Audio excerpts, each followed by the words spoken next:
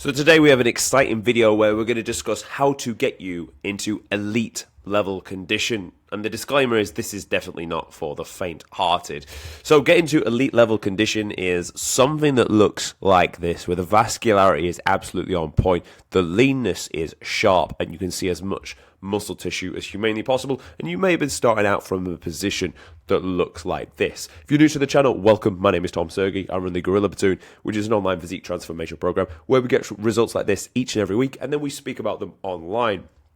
Specifically, today's title is how to get an elite level condition, and we've able to do this on what I would call 6 definite times. We've obviously, the first image you saw, this was his back shot, and then here are another further 5 other images. And when we're looking for that elite level condition, we're looking for the ropey looking veins, the leanness that comes through here, the absolute breeze block abs you could live in, the vascularity, like the elite level look of condition, you know, sub 10% body fat, full muscles, like just looking absolutely dangerous. This is what we're here to speak about in today's video. So if there's something that you would like, maybe you've got a holiday coming up for that you just want to be peeled out of your brain for, or you just want to test to see if it's something that you've got in the locker to do yourself. I probably should have put a picture up of me when I was around 8% body fat just to show a little bit of self-credibility. But anyway, we'll move forward and show the results. So what we're now going to do is break this whole video down for you. I'm going to give you everything. How to work out your start point, the goal, the time frame, and how long it's going to take. How to train, what to eat, how to run your output, why routine is important to lock it in, and then the most important part, which is pushing tasks past 10% body fat. So let's dance. So when it comes to understanding where you are in your start point, you need 2 things. You need to stand on the scale to understand your scale weight, and you need to take your photos front, side, and back. This is then going to be able to give us a look at where it is you're sitting.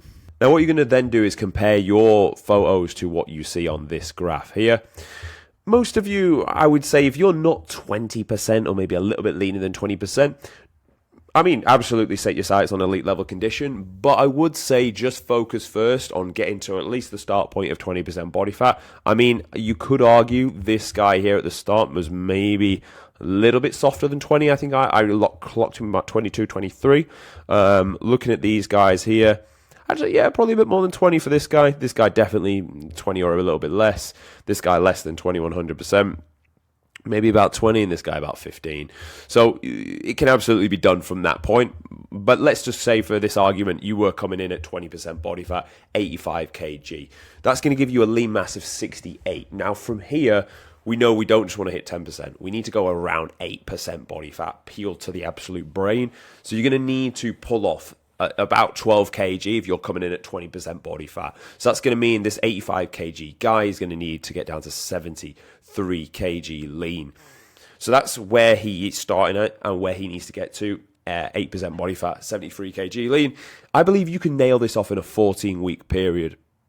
For the reason why not 12, because obviously it could be done in 12 with a kg per week. I would rather run a few trial high days and just give yourself that extra 2 weeks to collect data on how those high carb days run that will slow down the overall kg drop of fat loss each and every week. Now, as you go in for this elite level looking condition, one thing I'm always big on saying is not starting too great of a deficit, because simply put, if you are someone that's 20% body fat, you train a fair amount, that means you're going to be in a calorie surplus. So even if we pull you into a slight deficit, that's going to be lower than what you're on in the beginning. That means you will be able to pull off body fat and drop a kilogram within that first week. So that's why I'm saying don't go in a massive aggressive deficit to begin with, and we're going to use another tool to do so. So in this analogy, let's say he has the average level of activity. He's moderate exercise 3 to 5 days per week.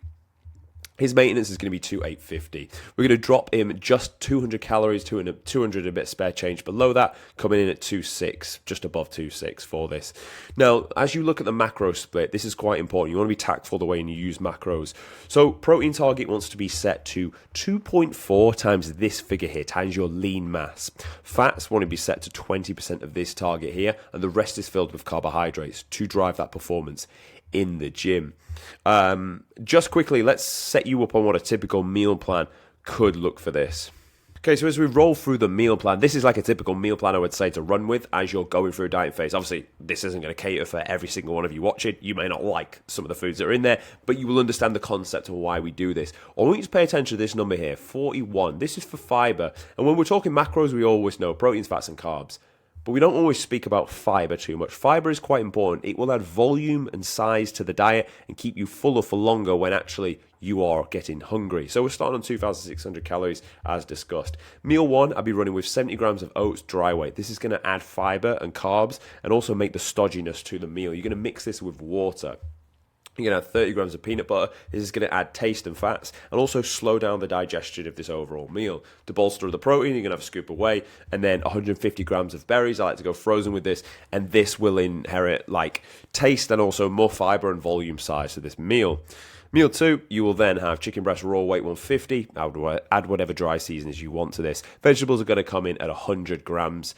With this, what veg would I be picking? Tomatoes, cucumber, spinach. Plenty of volume, plenty of water will pack out the meal. Basmati rice, dry weight at 100 grams to begin with. That's a nice high amount. Why do we want this in here? Well, this is going to go in, by the way, these two meals are before you even think about having your pre-gym meal. That's a good amount of carbs we've had at this point. We've dropped 80 in here. We've dropped a further 46 in here. Cancel, we've had more. We've had 76 and we've had 93. That's a great amount of carbohydrates before we're going into train. Remember, training stimulus and training performance is the most important factor. Where we're getting in elite level condition, muscles want to be full, muscles want to be as big as they possibly can be. So your training is absolutely everything, which we'll come on to in a second. Before we go into the gym, I actually run with oats again at 50 grams, jam at 20. Why? More volume, more fiber, more size of the meal plan. With each meal, I tend to have a gram of pink salt, and what this will do is just help with hydration. Finish the gym, you can have the shake straight after. Now, what you can do is if you're going to have the session closer to meal 5, you can just add this to this, and it actually makes some like jammy protein oats, which is kind of nice if you're in for that. Meal 5 then, chicken breast again 150, veg at 100 grams, pasta at 70 grams dry weight, with pasta sauce coming in at 100 grams. And again, if you could swap this, you could go for like sweet potato, white potato. That would add even more volume, which is something you could look at later on down the line.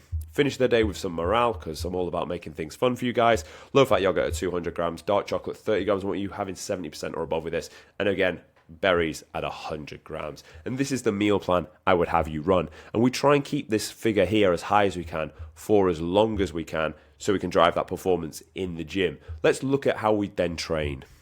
So if you came to me and said, I want to build and keep as much of my tissue as possible, how would you train me? I can train as often, and I've been training over 2 years. We'd be running a 5-day training split. For a well-rounded split, this is where you haven't got many imbalances. You haven't got set specific areas you're looking to bring up. This is just keep as much tissue and build as much tissue as we can within this 12, 14-week period to get you in elite level condition.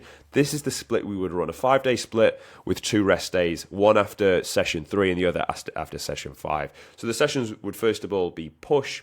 This is going to be made up of your chest, delts, and triceps. So pec deck first. Hit the muscle in the shortened position and add a lot of blood into the tissue. Then we go big. We go really big on the incline dumbbell press, or you could do like an incline plate loaded press. Heavy 6 to 10, move as much load as you humanly possibly can, and then hit a back off, so drop the load by 20%, and then you're into 12 to 15. A lot of stimulus, a lot of intensity here, a lot of reason for muscle to stay on your bones. That's what you're trying to do when you're in a deficit. Give the muscle a reason to stay on your bones. We're not saying we're going to run drop sets. We're not saying we're going to run a few intensifiers because you're just going to burn through glycogen that needed to go into your other sets to fully send that set. And this is why I really like this method of training. 3 sets of 8 to 12 is great. In an off season, it is absolutely great. And it's not that this is better, it's just that this will make you concentrate your efforts into a finite amount of sets, therefore not burning too much glycogen. Just one on how you're lifting, tempo, slow on the way down, 3, 2, 1, pause, send it on the way back up. Range of motion is also a big thing you're going to look at, so like steady on the way down, go as deep as you possibly can. When we say good range of motion, sure, yeah, you can maximize the joint and the muscle and the length, but like just go deep enough as a hard rule of thumb. One other thing to discuss is arm path. So if we're looking at our chest here, the chest will start here by our sternum, it will run across the fibers and stick onto our humerus. So we know the function of the chest is to pull the humerus towards the midline of the body.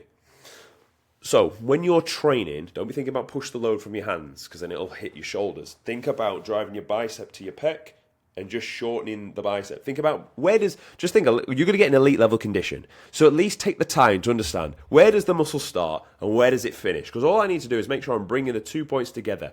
I'm not telling you to overcomplicate these things. I'm not telling you to go and do anatomy and exercise physiology degree. I'm just saying, tell me where the pec starts, tell me where it finishes. You could pretty much touch it. Oh, it's here and it inserts onto here. Okay, cool. So I can just know to bring these 2 points together. It'll just make you be a little bit more deliberate with how you're executing your reps. We're not here to move load from A to B. We're here to stretch and shorten the working muscle under load. The last thing you want to look at is your reps in reserve. Now, for your week 1, when you start a new split, you just want to go and collect data. Record all the load and the reps achieved on all movements with the tempo and the rep ranges. However, the week after that, you make sure you best beat what you did the time before. Every time you step on the gym floor, it's war. Every time you step on the gym floor, you're there to be a better version of yourself than you were the week before. If you don't train like that, you will lose muscle in a calorie deficit. If you don't train like a savage, you will lose muscle. You will not get an elite level condition. Track your workouts. Make sure you know what you're lifting so you can progress. So from there, you go into a flat machine chest press and a machine shoulder press. The reason why I like to go machines at this point is you're probably a little bit toast from the first 2 exercises. You want to bring a little bit of stability. Next, we've got tricep dips, or something I've actually swapped dips out for, is some form of an overhead cable tricep extension. I like to do it where the back is actually supported because I'll find I can lift more load. Dumbbell lateral raises, some form of a straight arm push down for the triceps. Pull day, single arm pull down. This is going to blast the lats one after the other. T-bar row for the upper back trap, lat pull down back for the back. Hammer curls for the bicep and the forearm, rear delt flies for the rear delts, and incline dumbbell bicep curl. As we run leg day, you may think, where's the RDL? Where's the back squat? The reason I don't put any of those in there is I want to challenge the working muscle without having to burn more calories on stabilization and like global fatigue, which you're going to get from a freestanding back squat. You're going to get it from a freestanding barbell RDL. So here we go, leg extension line hamstring curl first. Superset these if you want. Hit the muscle in the short position. Then we go to leg press, stable, loadable. Then we go to dumbbell split squat. Go to a Bulgarian version of this. Do it on a Smith machine or do it with a dumbbell. But the beautiful thing about this is you work the working leg, you can use your spare hand to stabilize yourself. Seat your calf raise and then decline ab crunch. This is an absolute glorious exercise. If you don't know how to do this correctly, there is a video on my channel of why people don't know how to train their abs properly. It's a short. There's only 3 shorts on this channel because I'm not really a guy for shorts, but this is one video where like people have asked me how to do this exercise, so you could go watch that to get the fullest effects of it. Essentially, it's not a sit-up. We're looking to curl our abs up and then back out. Into chest support, chest and back, pec deck, flat dumbbell, incline machine. Notice how these two are swapped over from the push, pull-ups, T-bar row, single arm row, and then rear delt flies. If you struggle with pull-ups, just do 1 set of pull-ups as best you can and go to 2 back offsets on lat pull down. Delts and arms gets its own day because you want to get an elite level condition, you want thick ass fucking arms. Tricep dips, dumbbell shoulder press, dumbbell preacher curl. We go single arm with this one so we can just concentrate and make sure we're nailing the working muscle. Then we're into dumbbell lateral raises. Again, a lot of these can be supersetted. So you go superset, lateral raise with standing now cable curls, rope tricep push down, cable lateral raises, and decline ab crunch. And that is how we'd be running the training split. Okay, so quick recap halfway through. We found your start point, your 20% body fat and your scale weight. We know the goal. We know how long it's going to take. We've understood the training split we want to follow and how to execute it. We know what we're going to eat within that given meal plan. Now, one of the biggest factors you are going to use is your ability to use output. If output is on point, food can stay high. If you are lazy with your output, food will be low and you will have a miserable time of it. How are you going to run your output? You want to walk 10,000 steps a day as a non-negotiable. Now, this absolutely can be a number we push up, but the only downside to it is it comes at a cost of your time. I'm well aware some of you are busy individuals and don't just have time to be waltzing around your street at 15,000 steps a day. So we want to do 10,000 steps a day, and we want to start with formal cardio. What I would say to this is do 20 minutes of formal cardio per day or 140 minutes per week. Your big boys, you break that up to however you see fit. You're going to want to do this on something that's non-impact. So we're talking incline treadmill walk or a bike to begin with. No impact, not going to accumulate fatigue, and it's not going to spike your appetite either. It's the very sweet spot where we can rinse this out without really costing training or costing lack of adherence to the diet, we'll call it. So that's how you're going to run with that. Now that will see drop-off. You will see kilo drop-offs, even just being in a very slight deficit, but running cardio. As that starts to slow down, guess what you do? You up the cardio, 30 minutes daily now. Starts to slow down again, up the cardio again, 40 minutes daily. Up the cardio again, or push intensity. You were at 120 to 130 beats per minute. Go to 140 to 150 beats per minute. Go more aggressive with it. Burn more calories within the same time. Or what you can then do is, then we look to pull from food. When you're pulling from food, what we're going to go for? We're actually going to pull from fats first. Now, it's now impossible that you will be running a zero-fat diet because there is fat in absolutely everything. So you may be on trace fats, but we don't want to play that card yet. But 20% of the total target of fats means we've got a fair amount of turns of the wheel until we're going to be on really low fat. So you can just pull out, in the meal plan I showed you, pull out the dark chocolate. 180 calories gets removed. You'll see a nice drop off that's following week. You need to see a change again, pull the peanut butter out of the diet. You'll see a nice drop off once again. Rinse, repeat, rinse, repeat. So then from there, you're just going to be tactful in how you either pull from the food or keep pushing the output. Remember, what is the goal? The goal is training performance. The goal is driving stimulus to the muscle. The biggest driving factor for you to retain the muscle is not the protein target you eat, it's the training stimulus that you put on the muscle. You can eat all the protein in the world. If you train like a pussy, you will lose muscle. It's just the long and short, because why would it stay on your bones if it doesn't have a reason to? So that's how you're going to run with the output to get you down to that lean level. Now, all this is going to be quite taxing. It's going to be like a fair amount of effort. Obviously, it's not for the faint-hearted. So what you're going to need to do is dial in your routine. Now, the quickest way you can do this is, and to be honest, as I say, this will sound quite obvious, but you know what the best version of you should do tomorrow. If I said, what would his day look like? You'd be, oh, fucking hell. He'd wake up in the morning at 5:30 p.m. and he'd be out doing his steps. He'd crack 6K off before the sun even comes up. Then he'd be in for meal prep. Then he'd be having black coffee. Then he'd be doing his work. Then he'd be breaking his fast. Training at this time. Bang, bang, bang, bang, bang. The point is, you know what the best version of you should do tomorrow. Map that out the night before. Be the pilot. Be directive. Be the guy that's in charge of his own life. If you're not in charge of your own life, you won't get in elite level condition. If you outsource why you're not in shape to other people in other aspects of your life, that's on you. That's your problem. You don't deserve to be in elite level condition. But if you say everything is my fault, I am where I am in life because of my own doing, and I can change it, then you will map out what you need to do tomorrow. You will get the non-negotiables hit, and you will drop off the kilogram that week and move closer down towards the goal. Routine is very, very important. Be the passenger, knowing that the best pilot version of you mapped out what he needed to do the night before. That's the biggest part when it comes to routine. Now, when it comes to pushing past 10% body fat, this is the most critical and the hardest part of the full process. Right now, it all sounded pretty easy, didn't it? We just set the goal, we set the time frame, we know how long it is. Training, yeah, I've heard of that split before, sounds pretty obvious. Yeah, I understand tempo, eccentric loading. Yeah, nutrition sounds like an okay meal plan. I might swap this out, but yeah, it's pretty much the same. Yeah, it makes sense. Cardio instead of pulling for food. Yeah, cool routine, whatever. All this on paper sounds easy. However, when you come down to this level here, when you need to push past 10% body fat, your body will be telling you you're hungry. Your mind will be telling you it's okay to just cheat on your diet, go to that thing you shouldn't do, lack an extra hour's sleep that night, spend a bit of time doing some bullshit that you shouldn't be doing. It is mentally taxing to stay rigid to a plan for 12 plus weeks, eating only certain foods, pulling away feeding as the weeks go by. You will go through a fair amount of challenges to yourself, and your own brain will try to stop you from getting towards the goal. Because your own brain will tell you, this is hard, I don't like this, you're challenging my identity and you're making me work. A lot of people, the reason why they're not in elite level condition is they just don't believe they can get there. They don't believe they're worthy of being in elite level condition. They haven't got the support system of people to be around. The reason why my guys can get an elite level condition is because we have a full school community where we put lectures on each and every week. So these guys have the mental capacity to keep pushing past through these lean levels. Obviously, they have me shouting down their neck each and every week on a check-in to make sure that they believe they are the best version of themselves. You must believe you are a killer and that you deserve to look in this elite level condition. Because if you don't believe it, it will definitely not happen. I can give you all of the tactics till I'm blue in the face. If you don't believe it, you'll fuck it up because you weren't capable. If you don't believe you're the individual that can get an elite level condition, it will not happen. It's the same reason why people win the lottery and they lose all the money because they weren't capable. They weren't capable of handling all that money, so they fucked it up. It's not even about the six-pack. It's not even about the training split we give you. It's not about the nutrition. It's not about any of that shit. It's about whether you actually think you deserve, you can get to the goal and you can push past this little point.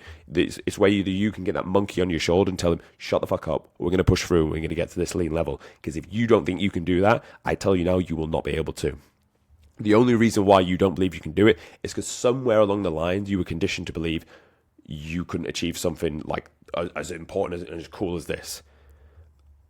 It came from absolutely nowhere. These people have a human body just like you. Everyone has a human body. Underneath every human body is a set of abs. It's just the way the human body was built. I didn't fucking design it. I just uncover it for people. So you must believe that if they can do it, then so can you. And all you have to do is stick to a certain plan, and it's a formula, and it spits it out the other side. So this is not some magical thing. You're not trying to get in elite level condition. It is simply just a mindset. You're either an athlete or you're a pussy. You're either going to get there or you're not. So you need to set yourself and be like, no. I am an athlete. I genuinely believe I'm an athlete. I'm going to live in accordance. My habits will be of that of an athlete. And as a byproduct, one day I'm going to wake up in 14 weeks' time and I'm going to be in elite level condition because I put the work in to get there. So it's simply just a mindset. To pushing past 10% body fat, it's all in your head. It's simply just a mindset. If you can go from 18% to 16%, you can go from fucking 10 down to 8%. It's as simple as that. So that is how to get an elite level condition. If you want to join the Gorilla Platoon, we are doing 2 photo shoots this year where our guys will be getting in elite level condition and then meeting up in person. There'll be one in the USA in May. So if you are from the USA and you're watching this and you want to get in elite level condition, then book a call and chat things through and find out if it's something you'd be interested in. And there's also going to be one in the UK in June that we're going to be running. So likewise, if you're watching this from the UK and it's something you want to be a part of, or you live close to the UK and you want to fly in, then book a call and we will take it from there. It's your body. You deserve the fucking best for it. Don't sell yourself short this year. Let's fucking get after it.